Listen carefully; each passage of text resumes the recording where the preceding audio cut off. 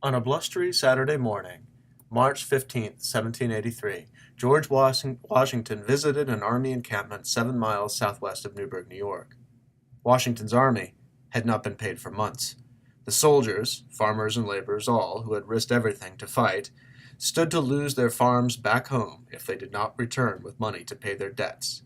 Many had families that had been reduced to paupers in their absence. They were on the verge of rioting. Worse still, a cabal of officers had encouraged the soldiers to march on Congress itself if Congress continued to refuse to pay them. Washington arrived at Newburgh to address the officers and the soldiers, who were meeting in a building overlooking the army encampment. Washington entered the hall and interrupted General Horatio Gates, who had opened the meeting. Washington asked for permission to speak, which Gates dared not deny him. Washington, visibly nervous, read from a prepared speech. He offered the soldiers hopes of justice and closed by appealing to their sense of their place in history. You will, by the dignity of your conduct, afford occasion for posterity to say, when speaking of the glorious example you have exhibited to mankind, had this day been wanting, the world has never seen the last stage of perfection of which human nature is capable of attaining. Washington looked out amongst the officers and soldiers and grimly noted that they seemed unmoved. He would have to do more.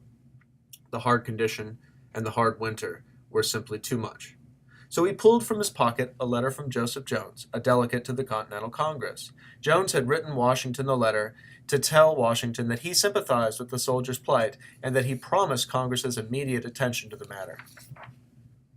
Washington could barely read the letter and had not practiced it the way he had his speech. He fumbled about in his pocket and produced a pair of spectacles. No one had seen Washington wear spectacles, nor were they usually to be found on the nose of an aristocrat, for whom at the time it could be interpreted as a sign of weakness. "Gentlemen, you must pardon me," said Washington. "I have grown gray in your service, and now I find myself going blind." He read the letter aloud, folded it, returned it and the glasses to his pocket, and left the room. Many of the soldiers had tears streaming down their cheeks as he left. They took a vote after his departure, which resulted in extending Washington thanks and repudiating the officers who had urged them to rebel. They would wait on Congress. Now, this is more than just a nice story. It brings to the fore some of the serious problems the newly independent nation faced and the number of contingencies upon which constitutional democracy rested. It sets up this lecture nicely as well, for it lays out more than a few of the problems with independence, as well as the challenges that preceded the calling of the Philadelphia Convention. In this lecture, we will examine some basic trends in constitutional thinking and practice in the 1780s, but we must remember that real political problems, problems that dealt with power and money and prestige, underlay these constitutional developments. We begin with the question of what government looked like after the Revolution. Constitutional government, we must remember, was brand new. Written constitutions were a complete novelty, so much so, in fact, that no one was sure what they looked like. When the word came down from the Continental Congress in 1776 to the individual states to begin drafting constitutions, no one was quite sure what they meant. Nor were they quite sure what independence was, or how government could be legitimately fashioned. In the midst of all this uncertainty, one sees the explosion of a creative period, perhaps the creative period, in American constitutional history. States experimented, legislatures acted, people mused about what it all meant. They made and remade constitutions of their own, and they negotiated their own union in the Continental Congress. Any analysis of this period must begin with the states before turning to Philadelphia. Any number of analyses may be conducted, but it is useful for us here to consider the following categories of analysis. First, what was the justification for independence? This is more than just rhetoric. Americans had to argue government from premises disconnected from tradition and authority, and this meant that any new justification would have to make sense in order to form a government. Second, how did American constitutionalism develop its own form? How does American constitutionalism during this time depart from the British? In other words, how does it become something new? And finally, how did this new reorganization of government affect power relations in the newly independent states? How does the Constitution reorganize power again? Behind all this talk of the theory and form of constitutionalism, and even behind the stated reason for the convention's meeting in 1787, we must follow the money and follow the power. To neglect this is to deny the obvious, that people rarely, if ever, give up power willingly. But I do not mean by this last point to suggest that ideas are not important. To the contrary, the justification for revolution was part of an abiding revolutionary ideology, and it shaped the realm of the possible for the patriots. The abiding principle of revolution was popular sovereignty, and it is here that we must start. The will of the people, now understood as the ultimate authority for any government, rested at the base of the new governments. Central to this was the understanding that the will of the people could be invoked to alter or abolish forms of government through popular will. This is represented in the fact that 5 of the new states' constitutions explicitly stated that their constitutions could be altered or abolished. These were the states of Maryland, New Hampshire, Virginia, Pennsylvania, and Delaware. But this did not mean that explicitly stated alter or abolish clauses were necessary in a constitution in order to perform the act. In 1791, for instance, the people of Delaware explicitly overrode the supermajority requirement in its constitution to call a convention and alter or abolish its constitution. In short, the operating principle of constitutionalism was not that the Constitution could restrain the people, but rather that the people controlled the Constitution. That bears repeating. During this period, the operating principle of American constitutionalism was not that the Constitution could restrain the people, but rather that the people controlled the Constitution. Now, popular sovereignty was more than a principle in the Revolution. Given that the people had just acted on their own to overthrow an established government, popular sovereignty meant action rather than theory to Americans. Oftentimes, the mass of people meeting out of doors was interpreted as an act of popular will. The doors in this case, by the way, refers to the doors of the legislature. So the people out of doors means people meeting outside of proscribed means of authority. Given that Massachusetts had had its charter revoked and its government suspended after 1774, the people out of doors constituted the regular basis for authority in New England after that time. The states had declared their independence in Congress, which declared that the United Colonies ought to be free. Each state then framed its own constitution, most of which were simply passed by the legislature. But a simple rule of statutory construction applied from a general rule of sovereignty held that a sitting body could not prescribe a future one. But no one had yet thought of a constitution as anything different than a general description of governmental arrangements. Nonetheless, constitutions often began with declarations of rights that many believed in practice to be inviolable. The solution was first hit upon in Massachusetts in 1780, when, at the request of voters, electors were sent to a special convention to draft a constitution, which would then be approved directly by the voters. This was the first real idea of a constitution as a superior document issued by the sovereigns and approved by the sovereigns, which could limit the power of government. And this is important because I want to reiterate, 1780 is not the first time a convention is called to draft a parliament or to draft a constitution in the newly formed United States. Many of the states do this in 1776, but in 1780, the document which is written by a convention is then explicitly approved by the people of the state. So this is the process of drafting and then ratification, and it's a different way of looking at popular will. Democracy in the new states was on the rise, certainly as an adjunct to real live notions of popular sovereignty. And you see this in many ways. Pennsylvania and North Carolina, for instance, abolished property requirements for voting, extending the franchise to all taxpayers. No other state went this far, but numerous calls were made during this time to end the property franchise. The most important branch of government in these newly democratic republics was by far the legislature. Most legislatures were bicameral, although Pennsylvania, Georgia, and Vermont established a unitary legislative assembly. The remainder embraced bicameralism, which they did for several reasons. First, it was the practice of the colonies under which they had lived. Second, bicameralism played to important ideas of mixed or balanced constitutions. This kind of thinking traced back to the Greeks and had been specifically reinterpreted in the 18th century to support modern governments. In this Republican idiom, governments tended towards tyranny if they became too much of any one thing.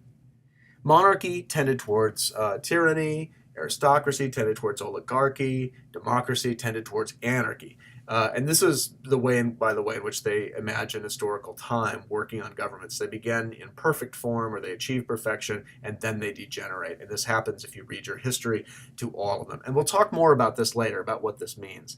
But I want you to think about that right now. They're operating within a mental universe in which things always seem to be degenerating. The bicameral legislature, by the way, fits nicely into the idea that a constitution must be balanced. The lower house could be a democratic branch, the upper house an aristocratic one. Now, this might strike you as odd. A revolution had just been waged upon the idea of popular sovereignty. Democracy clearly is on the rise following the Declaration of Independence. So why is it that we have this reverence for aristocracy? Had not Thomas Paine illustrated the absurdities of hereditary aristocracy in his works, notably in Common Sense, published in January of 1776? Americans felt and understood this tension. Given that many of the founding fathers came from privileged backgrounds, it is understandable that they firmly believed there existed an aristocracy, an elite part of the people bred to rule. But the founders did not base their right to rule on their wealth or station. Rather, it was what wealth and station brought to them. So, for instance, independent wealth meant independence. The person was not dependent upon anyone else for their income, and as such, that person could be free and could be just. Notice here the idea that independence means disinterestedness, and this I don't have the word up here, but it's an incredibly important one. The disinterested elite, that is, they have no personal interests of their own. Wealth also meant that one would be freed from drudgery. They did not have to, do all of the normal tasks of life. This gave people the time for education and for self-improvement. And so this is what creates an aristocracy. It is an aristocracy, notice, of virtue and talent rather than just of money. The Senate was thus conceived as a body of wise men who could guide public policy for the greater common good because they could see past their own interests and because they would not be slaves to it. This raises some problems, as you can tell. How do you select the wisest? By election? By appointment? Who does the appointing?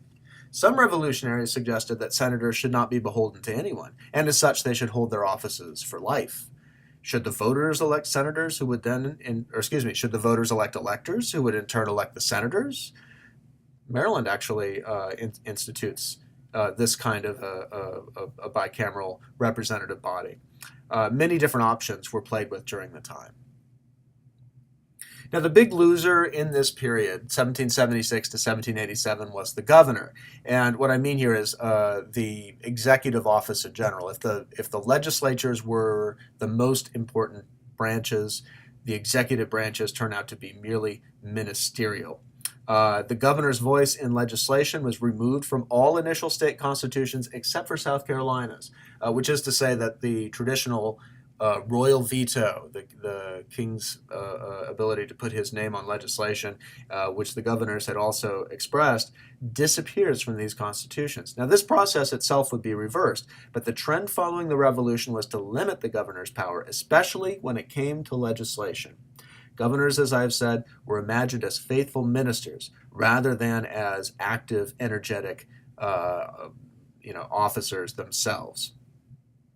Judicial magistrates, by the way, are thought of in the same way as ministers. They are supposed to faithfully administer the law. They're supposed to administer the will of the people. And the bench and bar are still not being staffed by professional lawyers. Remember, we have no law schools yet in North America. They are essentially staffed by laymen. Many of the elite did have training back in England at the Inns of Court. These are the law schools that grow up around the Westminster courts, but that is extremely rare.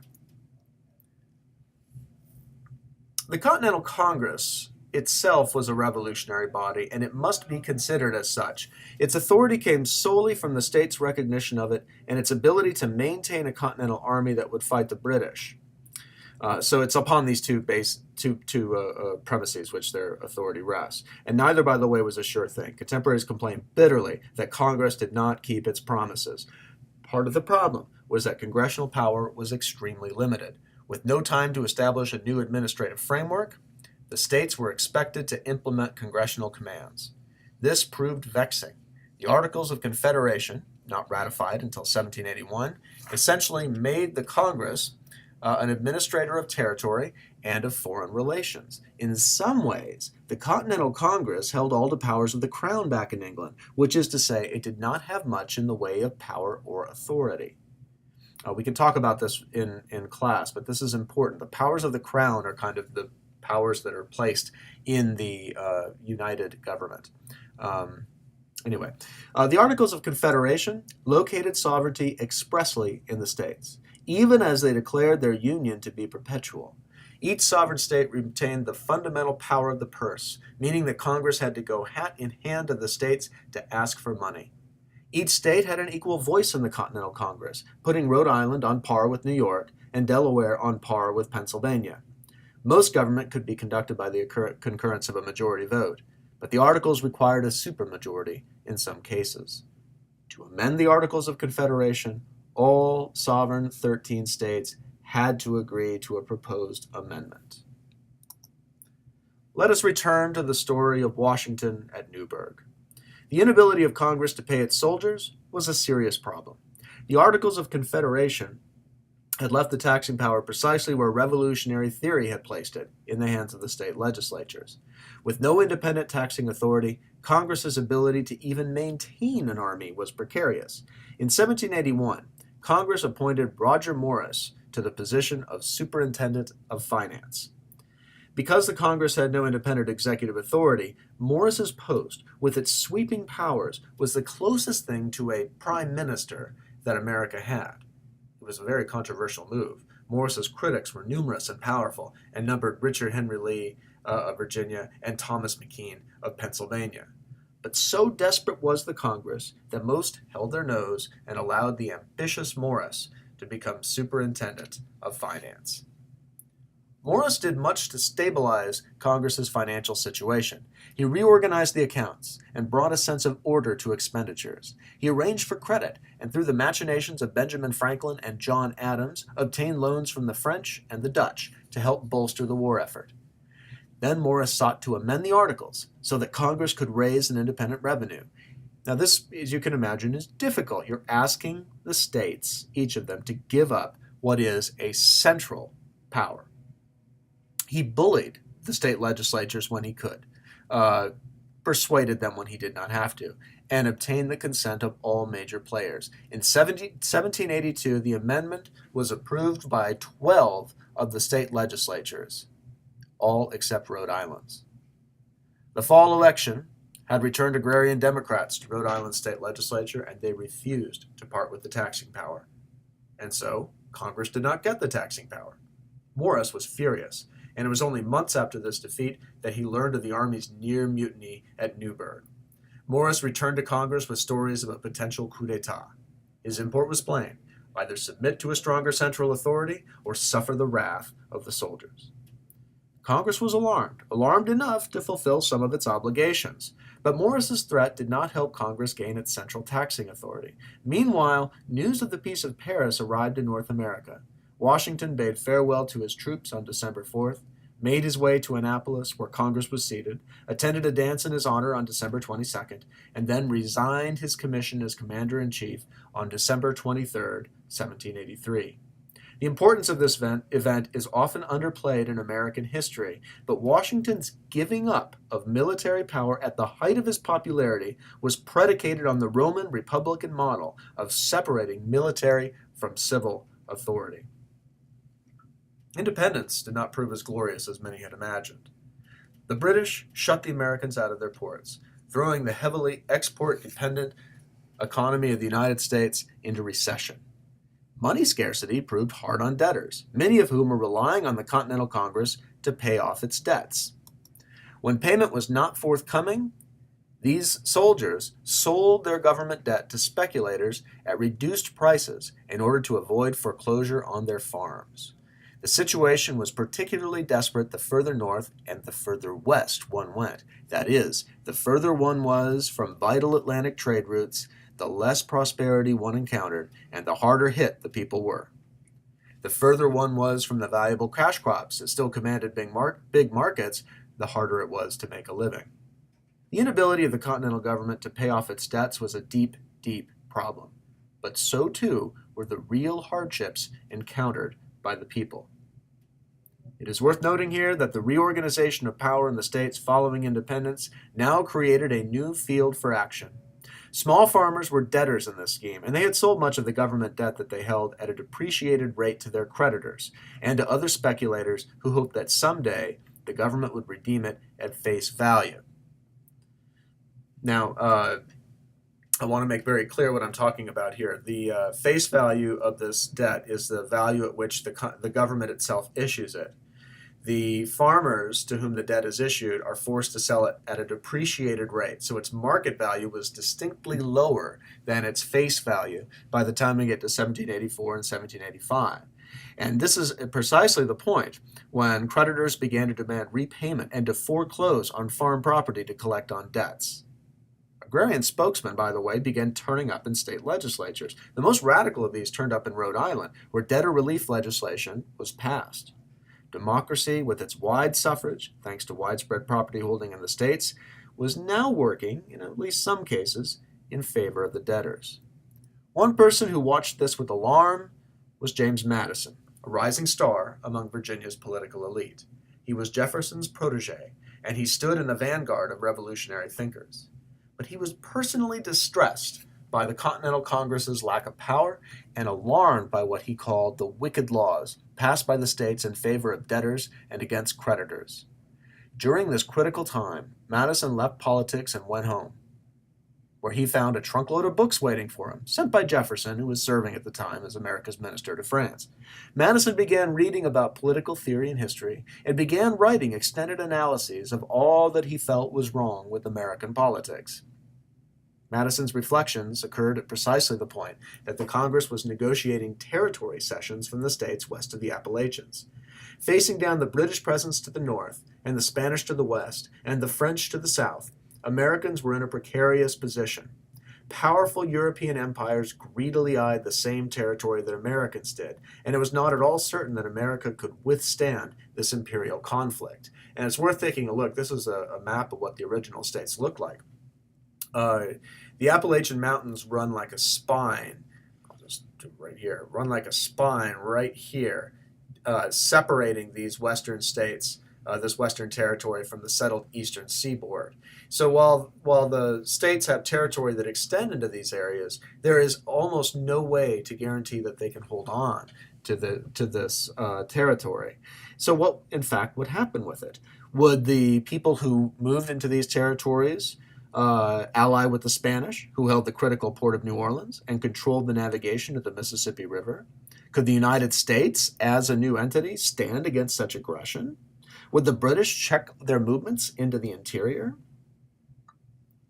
Elites from Virginia to Pennsylvania to New York all began voicing serious concern that the Articles of Confederation were unsuited even to the demands of self-defense, let alone in their ability to project power across the mountains and into the West. Despite Madison's complaints of the excess of democracy that produced unwise legislation, creditors had the ear of most legislatures, and by 1784 and 1785 they were demanding repayment on the debt they held. And remember, this is debt that had initially been issued to farmers and soldiers that had been sold at a depreciated rate to these speculators. In 1785, Congress passed a requisition asking each of the states to contribute to a general fund devoted to liquidating the American debt. The state legislatures responded accordingly. In New England alone, taxes were tripled or quadrupled in order to meet not just the requisition, but also the demands of creditors who held state debt.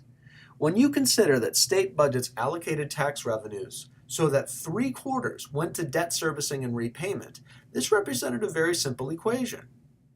Farmers had taxes that were being tripled and quadrupled.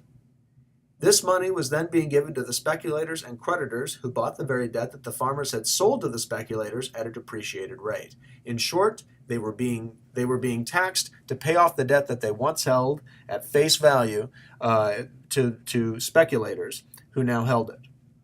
Now, this did, by the way, produce rebellion. In New Hampshire, angry farmers marched on the legislature and demanded that the taxes be rescinded.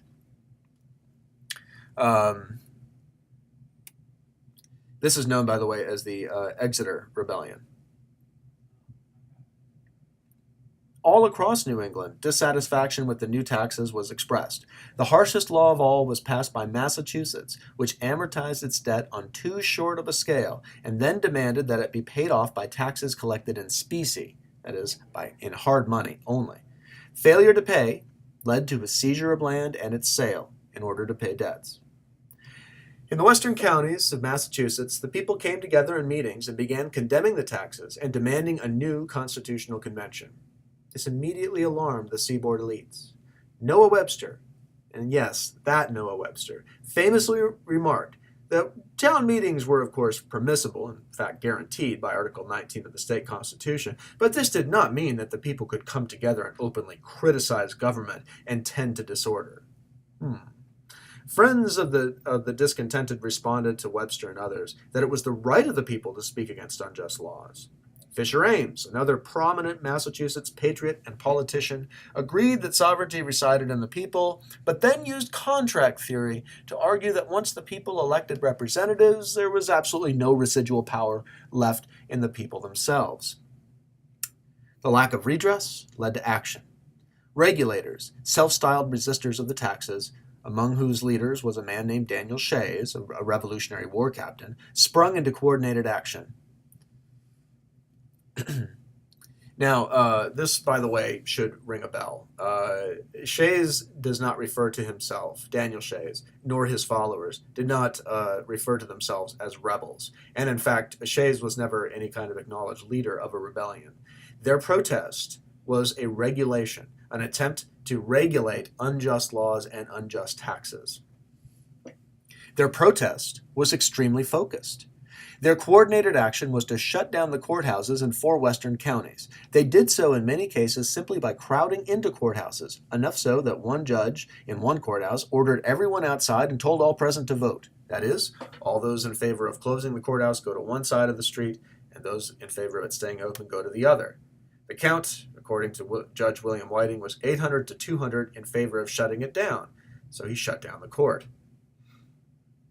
The Massachusetts Eastern establishment was not willing to split hairs over any of this. They declared martial law. The Eastern militia marched west, and regulators were seized in their homes along the way. There was only one pitched battle before the regulators melted away in the face of superior force. The Massachusetts legislature then punished the regulators by stripping them of the right to vote, the right to serve on juries, to hold political office, to teach school, or to hold an inn, or a license to keep an inn, for 3 years. Despite this disqualifying act, the fall elections in 1786 returned agrarian radicals sympathetic to the regulators from the western counties to the Massachusetts legislature. Democracy had come to Massachusetts. It is notable here that the regulation in western Massachusetts came to be known as Shays' Rebellion. This is a term imposed upon the movement by the Eastern establishment and then by the country at large. But its timing was impeccable.